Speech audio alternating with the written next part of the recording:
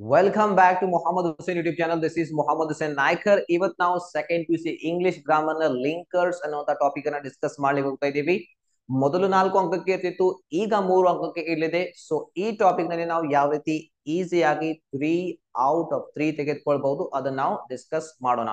So ಈ topic ನಲ್ಲಿ ನೋಡಿ, ಲಿಂಕರ್ಸ್ ಅಂತ ಬಂದಾಗ ಮೊದಲು ನಿಮ್ಗೆ ಗೊತ್ತಿರಬೇಕು ಲಿಂಕರ್ಸ್ ಅಂದ್ರೇನು. ಲಿಂಕರ್ಸ್ ಅಂದ್ರೆ ಆ ವರ್ಡ್ ನಿಮ್ಗೆ ಹೇಳ್ತಾ ಇದೆ ಲಿಂಕ್ ಮಾಡೋದು. ಇಲ್ಲಿ ಏನ್ ಲಿಂಕ್ ಮಾಡುತ್ತೆ, ಇಲ್ಲಿ ಇದು ಎರಡು ವಾಕ್ಯಗಳನ್ನ ಲಿಂಕ್ ಮಾಡುತ್ತೆ. ಸೊ ಹಾಗಾಗಿ ಇದಕ್ಕೆ ಲಿಂಕರ್ ಅಂತ ಕರಿತೀವಿ.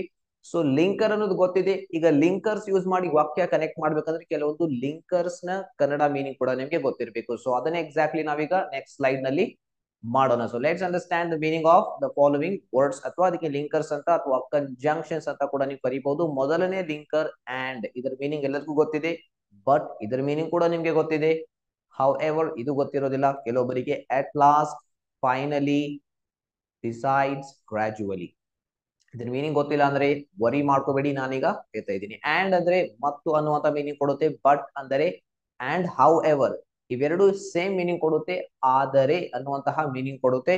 And at last and finally ಇವೆರಡು ಕೂಡ ಸೇಮ್ ಮೀನಿಂಗ್ ಕೊಡುತ್ತೆ. ನೋಡಿ, ಅಟ್ ಲಾಸ್ಟ್ ಅಂಡ್ ಫೈನಲಿ ಅಂದ್ರೆ ಕೊನೆಯಲ್ಲಿ ಅಥವಾ ಕೊನೆಯದಾಗಿ ಅನ್ನುವಂತಹ ಮೀನಿಂಗ್ ಕೊಡುತ್ತೆ. ವರ್ಡ್ಸ್ ಅನ್ನ ನೀವು ಸರಿಯಾಗಿ ಓದಿದ್ರೆ ಮೀನಿಂಗ್ ಅರ್ಥ ಆಗ್ಬಿಡುತ್ತೆ.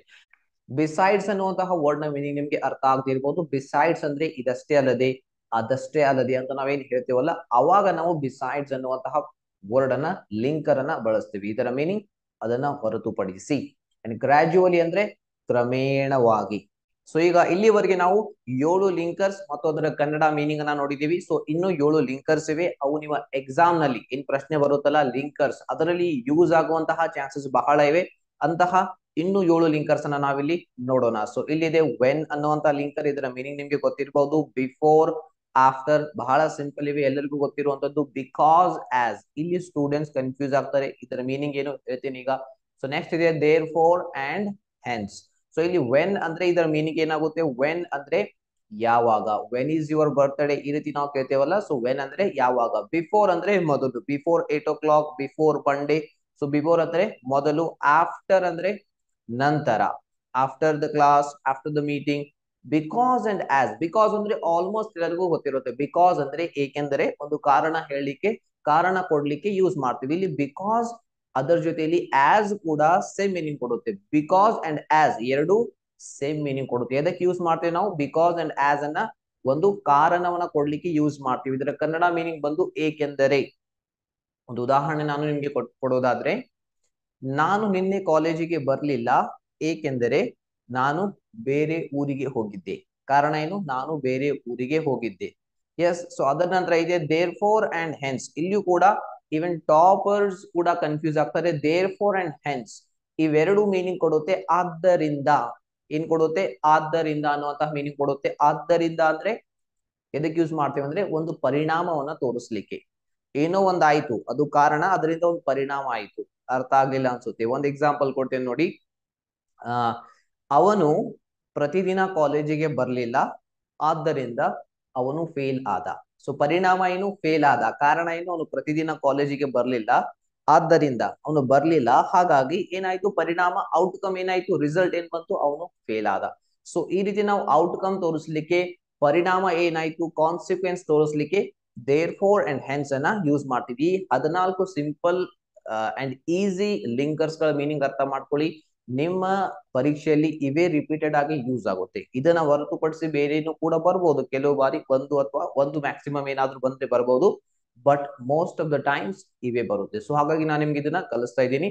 ಈಗ ನಾವು 2024 ಇಂಗ್ಲಿಷ್ ಮಾಡೆಲ್ ಕ್ವಶನ್ ಪೇಪರ್ ನಲ್ಲಿ ಕೊಟ್ಟಿರುವಂತಹ ಕ್ವಶನ್ ಅನ್ನ ಸಾಲ್ವ್ ಮಾಡ್ಲಿಕ್ಕೆ ಪ್ರಯತ್ನ ಮಾಡೋಣ. ಸೊ ಕ್ವಶನ್ ಅಲ್ಲಿ ಇಲ್ಲಿ ನಿಮ್ಗೆ ಇನ್ಸ್ಟ್ರಕ್ಷನ್ ಕೊಟ್ಟಿರಲಾಗುತ್ತೆ. Fill in the blanks with right linker given in the brackets. ಅಂದ್ರೆ ಬ್ರಾಕೆಟ್ ನಲ್ಲಿ 3 ಲಿಂಕರ್ಸ್ ಅನ್ನ ಕೊಟ್ಟಿರ್ತಾರೆ. ಅದರಲ್ಲಿ ಸರಿಯಾದ ಲಿಂಕರ್ ಅನ್ನ ಸೆಲೆಕ್ಟ್ ಮಾಡಿಕೊಂಡು ಸರಿಯಾದಂತಹ ಬ್ಲಾಂಕ್ ನಲ್ಲಿ ಫಿಲ್ ಮಾಡ್ಬೇಕು ನೀವು. ಸೊ ಹಾಗಾದ್ರೆ ಈ ರೀತಿ ಲಿಂಕರ್ಸ್ ಅನ್ನ ಬ್ರಾಕೆಟ್ ನಲ್ಲಿ ಕೊಟ್ಟಿರ್ತಾರೆ. 2024 ನ ಮಾಡೆಲ್ ಕ್ವಶನ್ ಪೇಪರ್ ನಲ್ಲಿ ಕೊಟ್ಟಿರುವಂತಹ ಪ್ರಶ್ನೆ. Therefore but because.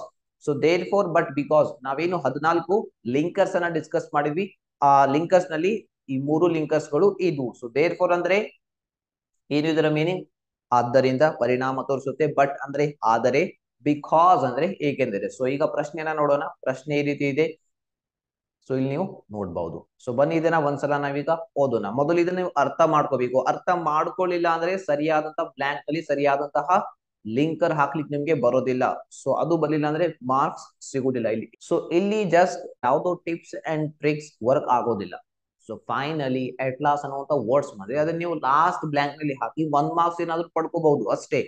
ಅದು ಬಂದ್ರೆ ಬರ್ಲಿಲ್ಲ ಅಂದ್ರೆ ಆ ಪ್ಯಾರಾಗ್ರಾಫ್ ಅನ್ನ ಅರ್ಥ ಮಾಡ್ಕೊಂಡ್ರೆ ಮಾತ್ರ ನೀವು ಸರಿಯಾದಂತ ಪ್ಲೇಸ್ ನಲ್ಲಿ ಸರಿಯಾದಂತ ಲಿಂಕರ್ ಅನ್ನ ಫಿಲ್ ಮಾಡಬಹುದು. ಸೊ ಹಾಗಾದ್ರೆ ಬನ್ನಿ ಇದನ್ನ ಅರ್ಥ ಮಾಡ್ಕೊಳ್ಳೋಣ. ಅರ್ಥ ಮಾಡ್ಕೊಳ್ಳೋಕೆ ನೋಡಿ, ಸ್ಟೂಡೆಂಟ್ಸ್ ಒಂದ್ಸಲ ಓದ್ತಾರೆ, ಅರ್ಥ ಆಗ್ಲಿಲ್ಲ ಅಂತ ಬಿಟ್ಬಿಡ್ತಾರೆ. ಮಿನಿಮಮ್ 2 ರಿಂದ 3 ಸಲ ಓದಿ, ಅರ್ಥ ಆಗ್ಲಿಲ್ಲ ಅಂದ್ರೆ. ಸೊ ಅವಾಗ ಅರ್ಥ ಆಗುತ್ತೆ, ಅವಾಗ ಈಸಿಯಾಗಿ ನೀವು ಫಿಲ್ ಮಾಡಬಹುದು. ಸೊ ಬನ್ನಿ ಓದೋಣ. Basavayya bedecked himself with gold, diamonds and other precious stones. Basavayya ಏನ್ ಮಾಡಿದ? ತನ್ನನ್ನು ತಾನು ಬಿಡೆಕ್ ಅಂದ್ರೆ ಇಲ್ಲಿ ಡೆಕೋರೇಟ್ ಮಾಡು, ತನ್ನನ್ನು ತಾನು gold, diamonds and precious stones ಗಳಿಂದ ತನ್ನನ್ನು ಡೆಕೋರೇಟ್ ಮಾಡಿದ. Blank his house look dull and empty. So decorate ಮಾಡಿದ, ಇಲ್ಲಿ ನಾವು ಏನ್ ಹಾಕ್ಬೋದು ಹೇಳಿ? ಡೆಕೋರೇಟ್ ಮಾಡಿದ್ರು ಕೂಡ ಅವನ ಹೌಸ್, ಅವನು ತನ್ನನ್ನು ತಾನು ಡೆಕೋರೇಟ್ ಮಾಡ್ಕೊಂಡ, ಆದ್ರೆ ಅವನ ಮನೆ ಡಲ್ ಆಗಿ ಕಾಣ್ತಾ ಇತ್ತು. ಈಸಿಯಾಗಿ ಅರ್ಥ ಮಾಡ್ಕೋಬಹುದು ನೀವು. His house look dull and empty. So ಇಲ್ಲಿ ಬಟ್ ಹಾಕ್ಬಹುದಾ? ಓಕೆ, ಸೊ ಬಟ್ ಹಾಕ್ಬಹುದು. ಮುಂದೆ ನೋಡೋಣ. ಎಲ್ಲವನ್ನ ಒಂದ್ಸಲ ಓದಿ. ಸೊ ಸರಿ, ಈಗ 3 ಲಿಂಕರ್ಸ್ ಅನ್ನ ನಾವು ಸರಿಯಾದ ಪ್ಲೇಸ್ ನಲ್ಲಿ ಫಿಟ್ ಮಾಡ್ಬೇಕು. ಇಲ್ಲಿ ಬಟ್ ಹಾಕಿದ್ರಿ, ಬಟ್ ಇಲ್ಲೂ ಬಟ್ ಯೂಸ್ ಮಾಡಬಹುದು ಅಂತ ನಿಮಗೆ ಅನ್ಸಿದ್ರೆ ಮತ್ತೆ ಕನ್ಫ್ಯೂಷನ್ ಆಗುತ್ತೆ. ಸೊ ಇಲ್ಲಿ blank Tamanna's books were not there. So ಇಲ್ಲಿ ಬಟ್ ಹಾಕ್ಬಹುದಾ? ನೋ, ಇಲ್ಲಿ ಹಾಕ್ಲಿಕ್ಕೆ ಬರೋದಿಲ್ಲ. His house look dull and empty. ಅವನ ಮನೆ ಡಲ್ ಅಂಡ್ ಎಂಪ್ಟಿ ಆಗಿ ಕಾಣ್ತಾ ಇತ್ತು, ಏಕೆಂದ್ರೆ ಅಲ್ಲಿ ತಮ್ಮಣ್ಣನ ಬುಕ್ ಇರ್ಲಿಲ್ಲ ಅಂತ ಹೇಳ್ಬೋದು. ಸೊ ಇಲ್ಲಿ ಬಿಕಾಸ್ ಅನ್ನೋದು ಸರಿಯಾಗಿ ಫಿಟ್ ಆಗುತ್ತೆ. ಸೊ ಅದ ನಂತರ that is what the visitors told him blank he started inviting scholars. So ಅದನ್ನ ಯಾರು ಹೇಳ್ತಾರೆ? ಅಲ್ಲಿ ಬರುವಂತಹ ವಿಸಿಟರ್ಸ್, ಭೇಟಿಗಾರರು ಈ ರೀತಿ ಹೇಳ್ತಾರೆ.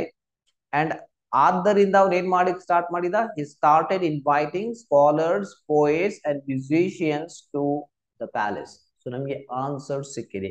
ಸರಿಯಾದಂತ ಪ್ಲೇಸ್ ಅಲ್ಲಿ ನಾವು ಸರಿಯಾದಂತ ಲಿಂಕರ್ ಅನ್ನ ಈಗ ಫಿಲ್ ಮಾಡಬಹುದು. ಇಲ್ಲಿ ನೋಡಿ, ಬಟ್ ಅನ್ನುವಂತಹ ಲಿಂಕರ್ ಇಲ್ಲಿ ಫಿಟ್ ಆಗುತ್ತೆ.